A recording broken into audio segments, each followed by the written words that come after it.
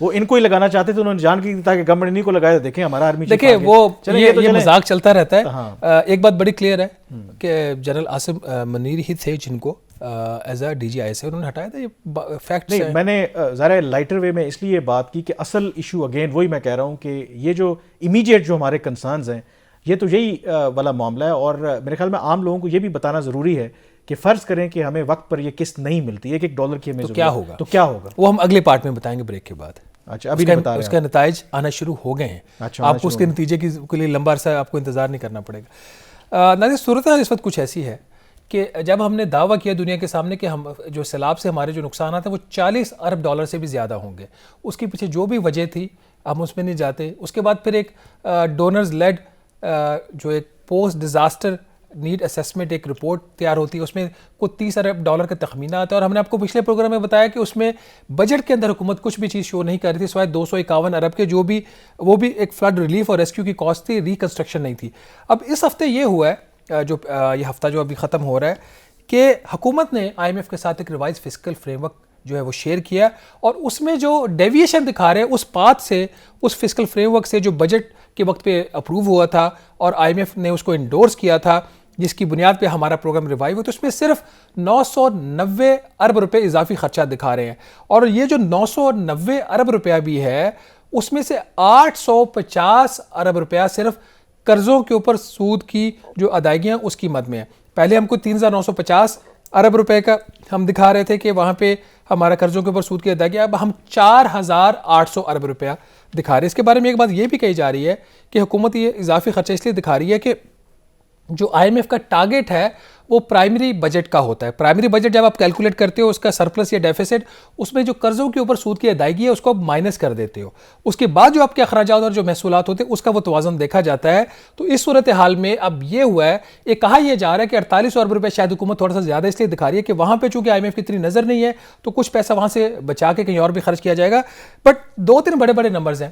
Number 1, اگر سیلاب آئے ہیں تو اخراجات میں سارا پھر ڈیٹ سروسنگ میں ہی امپیکٹ کیوں آ رہا ہے؟ 990 ارب روپے میں سے 850 ارب.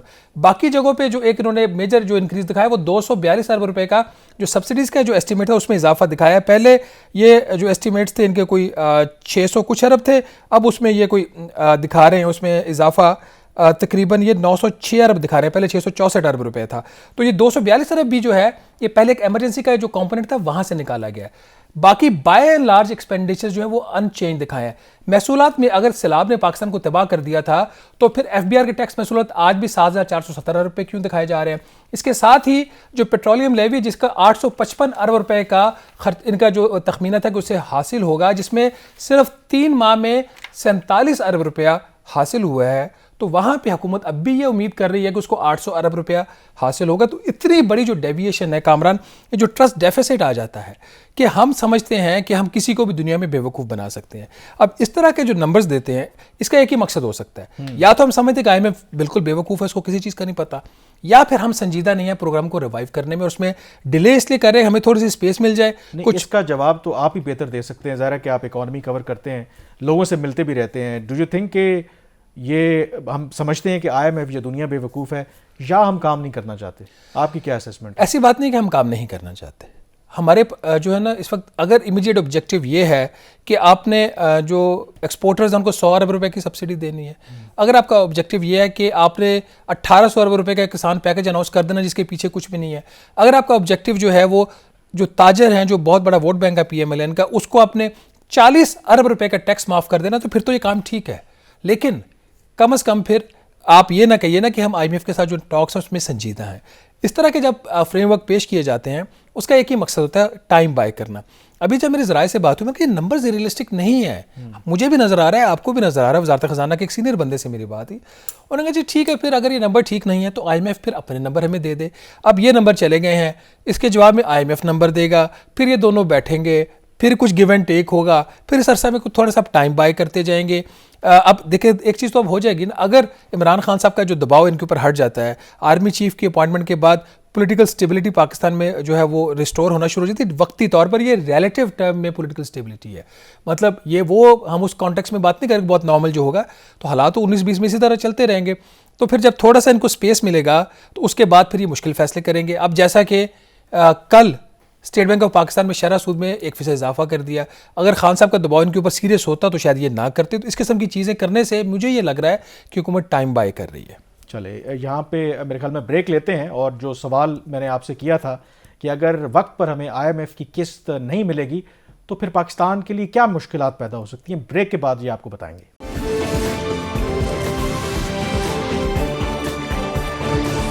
جی بریک کے بعد ایک دفعہ پھر آپ کو خوش آمدید کہتے ہیں. بریک سے پہلے جیسے ذکر کر رہے تھے کہ کیسے پاکستان مشکلات کا شکار ہے اور اپنے فیصلوں کی وجہ سے, اپنی کوتاہیوں کی وجہ سے ہے کہ جو IMF کی اگلی ہمیں قسط ملنی تھی وہ تاخیر کا شکار ہو رہی ہے. اور سب سے اہم سوال کہ اگر یہ IMF کی قسط ہمیں نہیں ملے گی تو پھر اس کے پاکستان کے لیے کیا امپلیکیشنز ہیں. تو شہباز, ایک امپلیکیشن تو آتی نظر آ رہی ہے کہ اب ظاہر ہے کہ جب IMF سے ہمیں پیسے نہیں ملیں گے تو ایک جو ڈالر ہے جو اسٹیٹ بینک آف پاکستان ہے وہ بڑا پھونک پھونک کے خرچ کرے گا. تو خدشہ یہ ہے کہ ڈالرز کی کمی کی وجہ سے ملک کے اندر ڈیزل کی شارٹیج ہو سکتی ہے. دیکھیں, اس وقت جو ہمارے غیر ملکی زر مبادلہ کے ذخائر ہیں وہ ہیں 7.8 ارب ڈالر. جو پاکستان کی ریکوائرمنٹس ہیں امپورٹس کی, اس کا یہ صرف 1.5 ماہ کا کور باقی ہے. جو منیمم ایک سیف لیول ہوتا ہے وہ 3 ماہ کا کور ہوتا ہے. تو اس کا مطلب ہے کہ ہم ڈینجر زون میں آلریڈی ہیں. ایک آپ نے کہا کہ اسٹیٹ بینک بڑا پھونک پھونک کے ڈالر خرچ کر رہا ہے.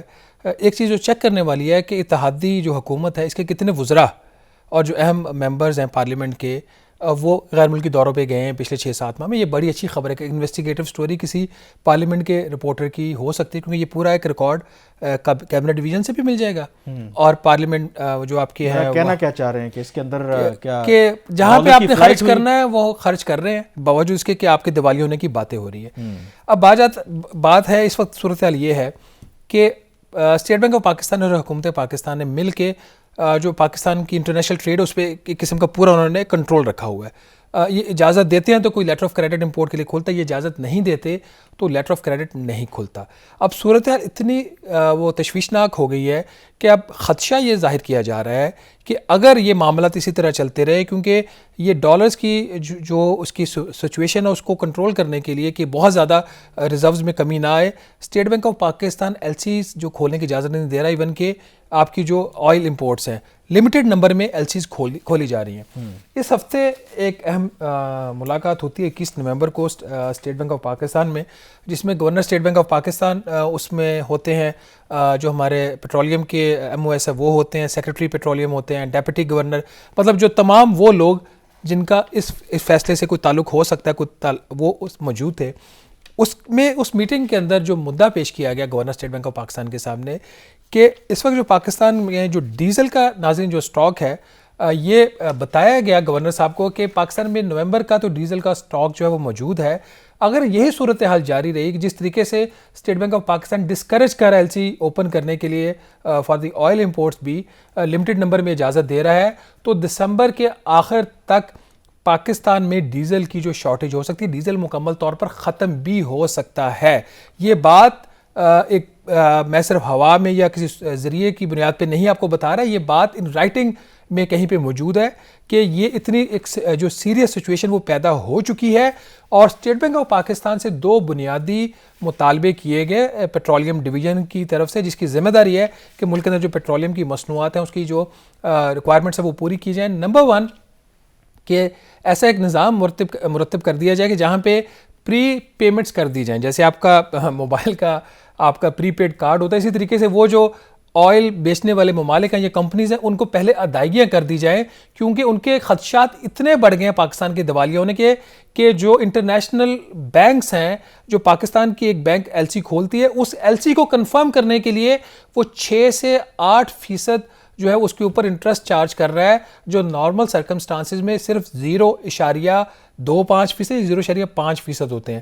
تو اس صورتحال میں اسٹیٹ بینک آف پاکستان سے یہ مطالبہ کیا گیا, ایک پروپوزل دیا گیا کہ دو میں سے کوئی ایک کام کر لیں, یا تو ایڈوانس پیمنٹ کر دیں تاکہ پاکستان کا یہ نظام چلتا رہے اور ٹرانسپورٹ, ایگریکلچر, انڈسٹری, آپ کی اکانومی متاثر نہ ہو, یا پھر ایک نوسٹرو اکاؤنٹ میں ایک اسپیشل پرپز ایک فنڈ بنا دیا جائے $400 ملین کا یا $300 ملین کا, کہ اس فنڈ میں 300 سے $400 ملین رکھ دیا جائے, LC کھول دی جائے, اگر کسی ایل سی پہ پاکستان ڈیفالٹ کر جائے تو وہ جو جس بینک نے ایل سی وہ کنفرم کیا وہ وہاں سے پیسہ نکال کر وہ جو آئل بیچنے والا جو ملک ہے یا وہ کمپنی ہے اس کو ادائیگی کر دی جائے. اسٹیٹ بینک آف پاکستان نے ناظرین فی الحال یہ دونوں مطالبات یا آپ ان کو جو ریکمنڈیشن تجاویز وہ ماننے سے انہوں نے انکار کیا. انہوں نے کہا جی کہ ہماری جو لمیٹڈ صورتحال ہے ریزروز کی اس میں یہ ہم افورڈ نہیں کر سکتے. انہوں نے کہا جی اس کے اوپر ہم ایک میٹنگ کریں گے وزارت خزانہ اس کے ساتھ تو پھر کوئی حتمی صورتحال واضح ہوگی. لیکن کامران اس ملک تو چلانا ہے آپ نے, تو اس کے اوپر اسٹیٹ بینک آف پاکستان نے یہ تجویز دی ہے کہ بجائے کہ ہم سے یہ اب ڈالر ایڈوانس میں لیں یا کسی اکاؤنٹ میں فکس کروائیں, آپ ایک کام کیجئے کہ آپ گورنمنٹ ٹو گورنمنٹ کانٹریکٹ کر لیجیے. جیسے ہم رشیا سے بھی بات کر رہے ہیں دوسرے ممالک سے, تو اس کے جواب میں وزارت خزانہ کے نمائندے نے وہاں پہ میٹنگ میں یہ بتایا کہ جی وہ ایک جو ٹریڈ فائنانس فیسلٹی ہمیں ملتی ہے اسلامک ڈیولپمنٹ بینک سے, ادھر سے بھی پیسے آنا کم ہو گئے ہیں اور مزید شاید نہ ملیں کیونکہ جو پاکستان کی کریڈٹ ریٹنگ وہ اتنی نہیں ہے کہ آپ کو اس قسم کی لینڈنگ ہو. تو صورتحال کافی اس وقت جو ہے پیچیدہ ہو چکی ہے. حکومت صاحب اچھا کا جو راگ الاپ رہی ہے وہ ٹھیک نہیں ہے. جو ٹارگٹس تھے جو حکومت کے سامنے اور وزیر خزانہ اسحاق ڈار صاحب کے سامنے وہ میٹ ہوتے ہوئے نظر نہیں آ رہے. اور اس میں جو سب سے بڑا پرابلم ہے اگین جو ہمیں, حالانکہ پاکستان جیسے ملک کے لیے 22-23 کروڑ کا ملک ہے, $400 ملین کوئی بڑی رقم نہیں ہونی چاہیے. اچھا یہ دیکھیں نا, وجہ یہی ہے کہ آپ جیسے پہلے بھی ہم ذکر کر رہے تھے کہ یہ گورنمنٹ اس لحاظ سے تو بڑی آپ کہہ لیں کہ جنرس ہے کہ جب ایکسپورٹ اورینٹیڈ انڈسٹری کو مراد دینی ہے, ان کو سبسڈیز دینی ہے, ان کو اربوں روپے کی سبسڈیز دیتے ہیں, لیکن نتیجہ کیا ہے کہ کیا اس کے ریٹرن میں پاکستان کی جو برآمدات ہے اس میں اضافہ ہو رہا ہے؟ بالکل نہیں ہو رہا. اگر ہو رہا ہوتا تو پھر اسٹیٹ بینک آف پاکستان کو, حکومت کو اتنی مشکل نہ بنانی پڑتی کہ جو بھی لیٹر آف کریڈٹ ہو یا چیزیں امپورٹ کرنی ہیں تو اس کا پھر وے آؤٹ کیا نکلے گا؟ کیونکہ ڈیزل کی اگر شارٹیج ہوتی ہے دیکھیں نا, تو آپ کا سوئنگ سیزن آ رہا ہے, گندم کا سوئنگ سیزن آپ کا آ رہا ہے, کہہ سکتے ہیں کہ اکانومی کا جو انجن ہے نا, مطلب وہ جو چلاتا ہے سارا سب کچھ کرتا ہے, مطلب ہر چیز آپ کی ڈیزل پہ چلتی ہے, تو پھر کرے گی کیا گورنمنٹ؟ کیا کریں پھر؟ دیکھیں یہ لمیٹڈ جو پرمیشن ہے یہ دیتے رہیں گے, اس میں تو یہ شاید مکمل طور پہ تو پہلے بھی نہیں رکا اور ابھی بھی شاید اس کو نہ روکے. لیکن وہ ریکوائرمنٹس پہلے یہ تھا کہ آپ کے پاس جو ریزروز تھے ڈیزل کے وہ تقریباً آپ کے 2 ماہ کے برابر پہنچ گئے تھے جب مفتاح اسماعیل تھے وزیر. اچھا اس کو انہوں نے ڈرا ڈاؤن کیا ریزروز کو, ریزروز کم ہوتے گئے, اب وہ کریٹیکل سچویشن کی طرف جا رہے ہیں.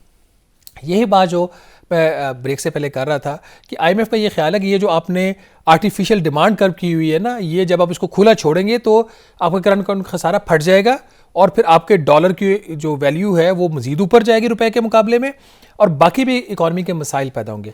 یہاں تک کہ اسٹیٹ بینک کو بتایا گیا کہ ابھی اگر آپ نے کروڈ آئل کی امپورٹ کی اجازت نہ دی ایز پر ریکوائرمنٹس, جو کہ $97 تھا, آج کل پرائس $85-86 کے اوپر آئی ہوئی ہے, تو پھر چونکہ جب کروڈ آئل آئے گا نہیں تو آئل مارکیٹنگ جو کمپنیز ہیں جو اس کو ریفائن کر کے آگے پروڈکٹس بنا کے بیچتی ہیں وہ یہ پروڈکٹس نہیں بنا سکیں گی. تو جب یہ پروڈکٹس نہیں بنا سکیں گی تو پھر آپ کو ریفائنڈ پروڈکٹس منگوانی پڑیں گی, اور جب ریفائنڈ پروڈکٹ آپ منگوائیں گے جہاں پہ آپ نے $86 یا $97 دینا ہے تو $97 کی پرائس کے اوپر آپ کو کوئی $145 فی بیرل پرائس دینی پڑے گی ریفائنڈ پروڈکٹ کی, اپنی کاسٹ ہوتی ہے.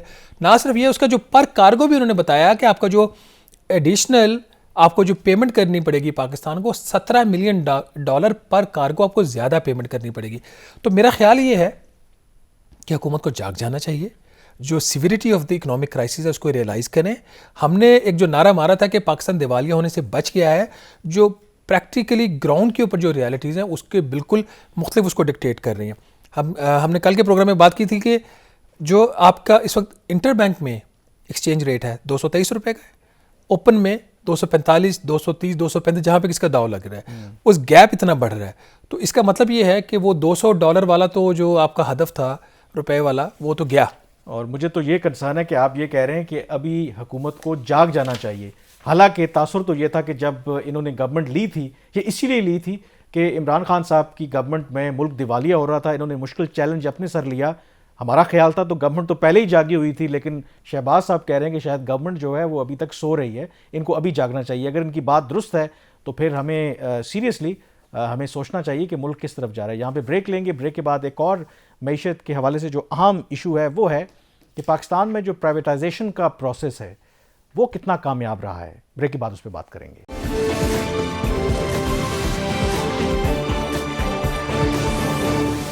جی بریک کے بعد ایک دفعہ پھر آپ کو خوش آمدید کہتے ہیں. دنیا میں آپ کو پتہ ہے کہ آپ کہہ سکتے ہیں کہ 80s میں 90s میں ایک ماڈل بدل گیا کہ گورننس کا کیا ہے.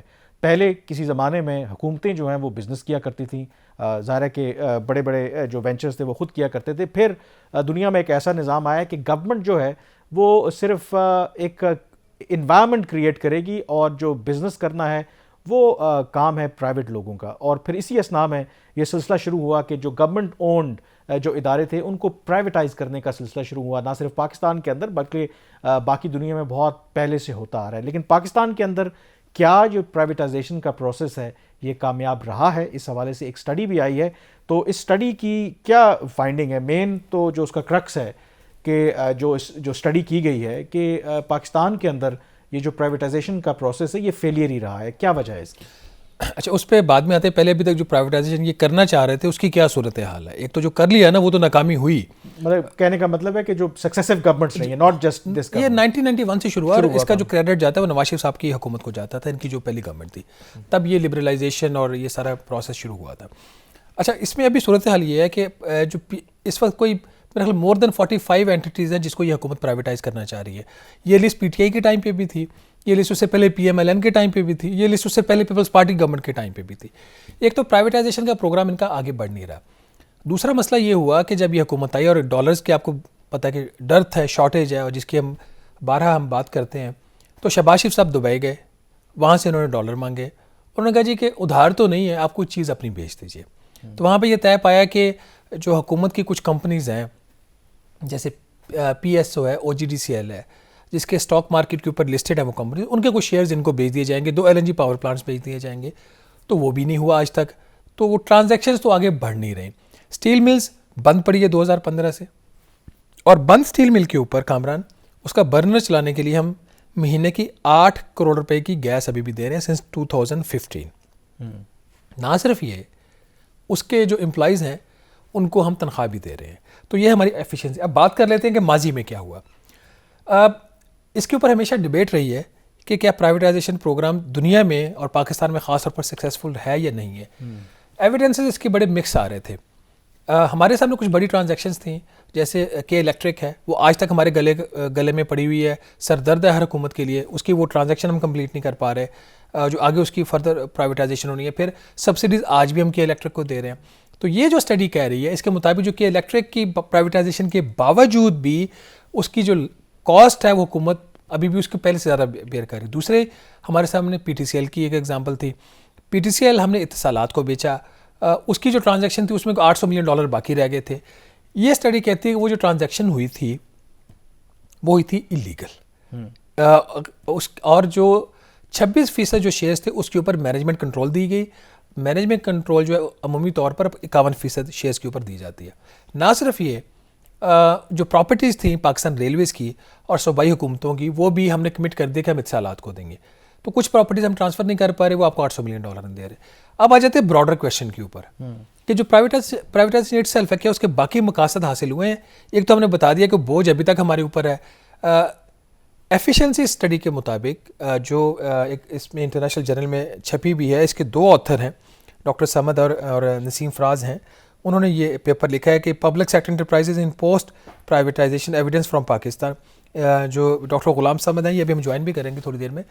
ان کا یہ کہنا ہے کہ جو ایفیشنسی ہے وہ بھی امپروو نہیں ہوئی، جو پروڈکٹیوٹی ہے وہ بھی ریلیٹیو ٹرمز میں امپروو نہیں ہوئی.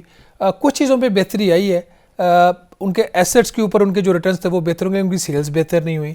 تو اگر مجموعی طور پر دیکھا جائے کہ کیا پرائیویٹائزیشن کے جو مقاصد تھے جو حکومت پاکستان حاصل کرنا چاہتی تھی، اس میں ایک ہی مقصد حاصل ہوا ہے کہ over a period of time اپنے $11 ارب کے اثاثے بیچے ہیں.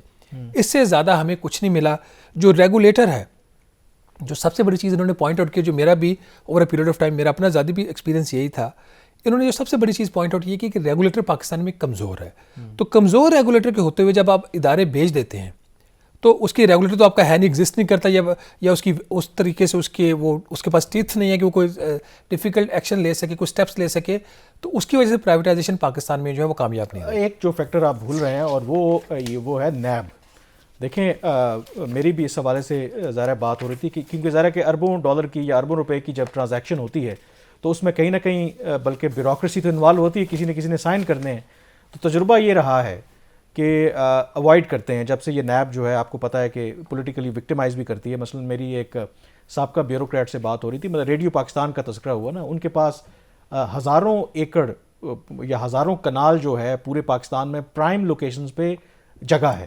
آپ کو پتہ ہے کہ ریڈیو پاکستان کے پاس اپنے پیسے دینے کے لیے پینشنرز کے لیے پیسے نہیں ہیں ان کے پاس. تو میں نے پوچھا کہ یہ جو ہزاروں جو ہے نا کنال جگہ ہے تو اس کو کیوں نہیں بیچ دیتے؟ تو انہوں نے کہا جی کہ کون بیچے گا, کس سیکرٹری انفارمیشن کی یا جو ڈی جی ریڈیو ہے وہ پاگل ہے کہ وہی بیچے گا جس کو اپنا کوئی مفاد ہوگا, جس میں لگے گا کک بیک یا کمیشن آئے گی. جو آنیسٹلی کرنا چاہے گا, ٹرانزیکشن ہو بھی جائے گی, اس کو نیب بعد میں دھر لے گی. تو یہ والے جو مسائل یہ والے مسائل تو ہیں, دیکھیں یہ والے مسائل ہیں. جب اربوں روپے کی ٹرانزیکشن ہوتی ہے, کیا پاکستان, یہ اربوں کی تو بہت بڑی بات ہے نا.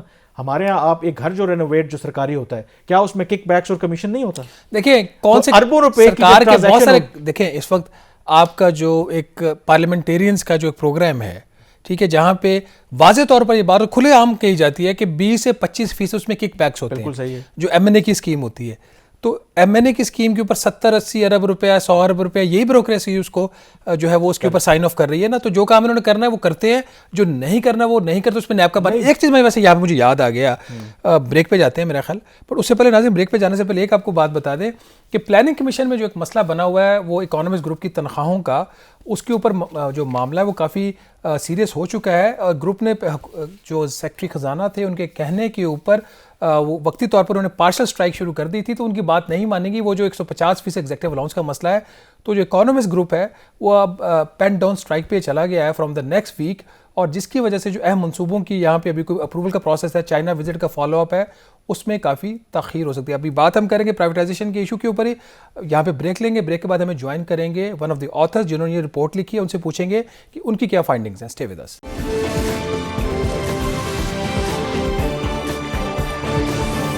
جی بریک کے بعد ایک دفعہ پھر آپ کو خوش آمدید کہتے ہیں. بریک سے پہلے جو ذکر کر رہے تھے کہ پرائیویٹائزیشن کے اوپر پاکستان میں کیسی رہی سنس 1991, اس پر جو ایک اسٹڈی کی گئی ہے, اس کے جو کو آتھر ہیں وہ اس وقت اسٹوڈیوز میں ہمارے ساتھ موجود ہیں. ڈاکٹر غلام صمد صاحب یہ کو آتھر ہیں جو پرائیویٹائزیشن کی اسٹڈی کی ہم بات کر رہے تھے. بہت شکریہ ڈاکٹر صاحب پروگرام میں جوائن کرنے کے لیے. سب سے پہلے یہ بتائیں کہ جو کرکس تو اس رپورٹ کا یہی بتا رہا ہے کہ پاکستان میں جو پرائیویٹائزیشن کا پروسیس ہے وہ ایک طرح سے ناکام ہی رہا ہے. تو سنس 1991 براڈر آپ ہائی لائٹس بتائیں کہ کیسا پاکستان کا سفر رہا when it comes to privatization. دیکھیں اگر آپ اس میں پورے اگر اس اسٹڈی کو دیکھ لیں تو تقریباً ہم نے 80% جو پاکستان اسٹیٹ انٹرپرائزز ہیں ان کا ڈیٹا لے کے اس کے انالیسس کیے ہیں.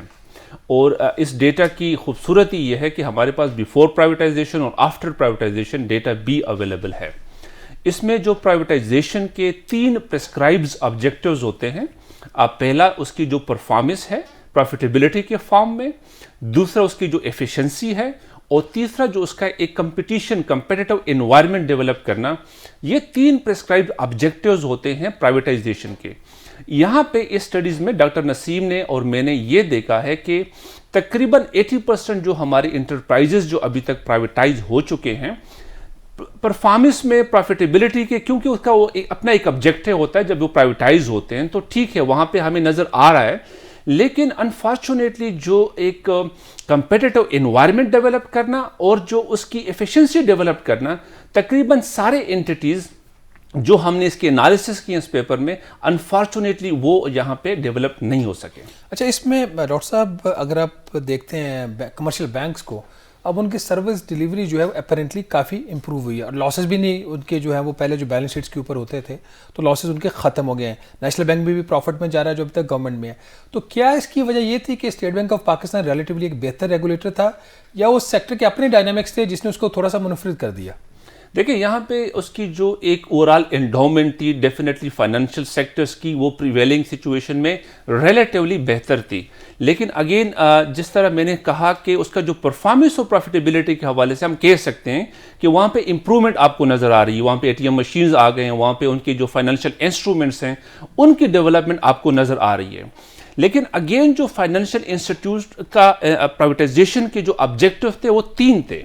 ایک یہ تھا کہ آپ کی جو رورل اور اربن کی جو ڈائیورجن ہے, خاص کر ایکوٹی کنسنٹریشن میں, وہ کم ہونی چاہیے. ہونا یہ چاہیے کہ آپ رورل ایریاز میں اسپریڈ آؤٹ کریں اور وہاں پہ انویسٹ کریں, وہ ڈفرینٹ ایگریکلچر کے لون میں کسی بھی فارم میں وہاں پہ کریں. ہوا یہ ہے کہ انہوں نے بائی ریگولیشن اسٹیٹ بینک کے ریگولیشن کے تھرو برانچز تو کھول دیے, لیکن جو ایکوٹی کنسنٹریشن ہے وہ اربن کی طرف ہوئی ہے, اور اس میں انہوں نے اربن میں انویسٹ کیا رادر دین انویسٹنگ. بیسیکلی آپ یہ کہہ رہے ہیں کہ دیہاتوں سے پیسہ لے کر شہروں میں وہ اس کو قرضے دیے گئے, ایسی بات کر رہے ہیں. لیکن یہ جو ماڈل جب آپ پرائیویٹائز کرتے ہیں تو پرپز تو یہی ہوگا نا کہ جو ایک پرائیویٹ بزنس ہے, میں آپ بزنس کریں تو میں تو منافع کے لیے کروں گا نا, اور مجھے جہاں پہ پروفیٹیبلٹی نظر آئے گی میں تو وہیں پہ پھر انویسٹ کروں گا. بالکل آپ صحیح کہہ رہے ہیں, کیونکہ بائر کا تو یہی آبجیکٹو ہوگا, لیکن as a government, as a regulator, آپ کا آبجیکٹو ڈفرنٹ ہونا چاہیے. تو ایک آبجیکٹو وہ تھا. دوسرا آبجیکٹو شہباز صاحب اس کا یہ تھا کہ جو سپریڈ ہے, جو لینڈنگ اور ڈپازٹ ریٹ کا سپریڈ ہے, وہ آپ کا آفٹر پرائیویٹائزیشن ایٹ لیسٹ اگر آپ کام نہیں کر سکتے تو وہ کنٹرول میں رہیں.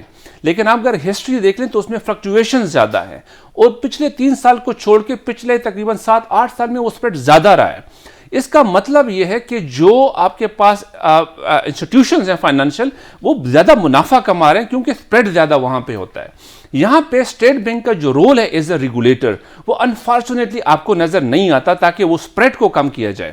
اگر آپ ریجنل اکانومیز کو دیکھ لیں, ایون بنگلہ دیش اور چائنا کا جو سپریڈ ہے وہ تقریباً 3% تک رہتا ہے, کچھ 3 سمتھنگ رہ رہا ہے. ایک تو یہ نقصان ہو رہا ہے آپ کے پاس. دوسرا نقصان یہ ہو رہا ہے کہ جب آپ کا سپریڈ زیادہ ہوگا تو کاسٹ آف بوروئنگ, جو لینڈنگ ریٹ زیادہ ہو, کاسٹ آف بوروئنگ آپ کی زیادہ ہوتی ہے. انفارچونیٹلی دوسرا آبجیکٹو بھی فائنینشیل انسٹیٹیوشن کا پورا نہیں ہو سکا.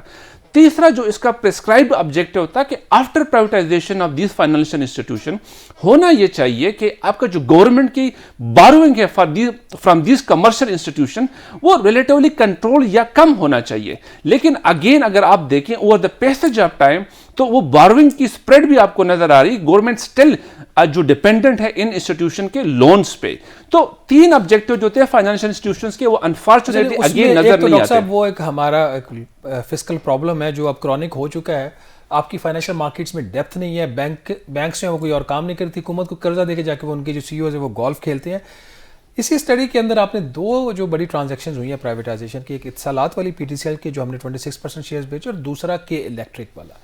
اگر پہلے ہم بات کر لیں اتصالات کی, آپ کہہ رہے ہیں کہ یہ ریگولر انلیگل ٹرانزیکشن تھی جہاں پہ ایک پارٹی کو فیور دیا گیا, اور اس کی جو صوبائی حکومت کی زمینیں وہ بھی دی گئی, ریلویز کی بھی زمین دی گئی. اس کے باوجود پاکستان آج بھی جو $800 ملین ہے وہ اس پارٹی سے ریکور نہیں کر سکا. اس کی کیا ڈیٹیلز ہیں, فیکٹس کیا ہیں اس کیس کے؟ دیکھیں اس میں ہوا یہ ہے کہ اگر آپ پرائیویٹائزیشن کے پروسیجر کو دیکھ لیں تو ہم نے وہاں پہ پروسیجر کو تو فالو کر لیا. مثال کے طور پہ آپ کو اتصالات کی طرف سے لوور بڈ آ گیا اور آپ نے فالو کر دیا. لیکن ہوا کیا, جو پروسیجر ہے اس میں ریکوائرمنٹ یہ ہے کہ اتصالات کی جو ایک مارکیٹ ایکسپیرینس تھا اس وقت وہ انتہائی کم تھا. جو سنگاپور بیسڈ کمپنی تھی اس کا مارکیٹ ایکسپیرینس بہت زیادہ تھا. ہم نے لوور بٹ کو زیادہ ویٹ دیا, اور وہ جو ایکسپیرینس بیسڈ ہمیں ہونا یہ چاہیے تھا کہ اتصالات اس وقت kind of a new born baby تھی مارکیٹ میں, ہم نے سنگاپورین کمپنی کو اگنور کیا اور ان کو دے دیا. تو ایک تو یہ پروسیجر ہم سے کائنڈ آف ہم نے مسٹیک کر دیا ہے. دوسرا ہوا یہ ہے کہ آپ کو دیکھ لیں $2.4 بلین تقریباً آپ نے ان کو دے دیا ہے. اس میں ہوا یہ ہے کہ تقریباً آپ کو جو سنگاپورین کمپنی تھی اس نے تقریباً $800 ملین کے سے لوڈ پہ بیٹ دیا تھا. اب ہوا یہ ہے کہ اگر کرنٹ سچویشن میں دیکھ لیں تو وہ $800 ملین ہے وہ آپ کو ملے بھی نہیں ہے, کیونکہ بہت زیادہ ڈسپیوٹ چل رہے ہیں اتصالات گورنمنٹ آف پاکستان کی جو ریلوے کی زمین ہے اور باقی زمینوں کے حوالے سے. تو اگر آج آپ دیکھ لیں ایکچوئل ہوا یہ ہے کہ وہی تقریباً اماؤنٹ جو آپ کو سنگاپورین فارم نے دیا تھا وہ آپ کو یہی دے رہا ہے, تو ایکول ہو گیا آپ کا. اس میں جو دوسرا مسئلہ شہباز صاحب آ گیا وہ یہ ہے کہ آپ جو اونرشپ دیتے ہیں, آپ نے 26% پہ ان کو پوری مینجمنٹ کی اونرشپ دے دی ہے. جو آپ کی جو پرائیویٹائزیشن کا جو ایک لا ہے اس میں تقریباً 51% پہ آپ اس کو اونرشپ دیتے ہیں. تو یہ 2-3 چیزیں ایسی. لیکن اس میں ڈاکٹر صاحب آپ کو میں قطع کلامی کی معذرت, اب دیکھیں یہ حکومت پاکستان نے لکھ کے دیا تھا نا کہ جو پراپرٹیز کی اونرشپ ہے وہ ٹرانسفر کریں گے. جب ہم پراپرٹیز کی اونرشپ ان کو ٹرانسفر نہیں کر رہے تو اتصالات کے پاس پورا حق ہے کہ ہمیں $800 ملین نہ دے. تو اس میں تو اتصالات کا تو قصور نہ ہے, غلطی ہمارے اپنے گھر کے اندر ہے نا. میں اس پہ اگری کرتا ہوں آپ سے کہ یہاں پہ جو پراپرٹی کو ہم وہاں پہ نہیں دے رہے یا لیٹ کر رہے یا ڈسپیوٹ میں چلے گئے ایشوز, ڈیفینیٹلی اس میں ہے گورنمنٹ کا رول اور اس کو وہ دینی چاہیے. انفارچونیٹلی یہ چیز ٹائملی ریزالو ہونی چاہیے جو ریزالو نہیں ہو سکی. لیکن اگین جو ایک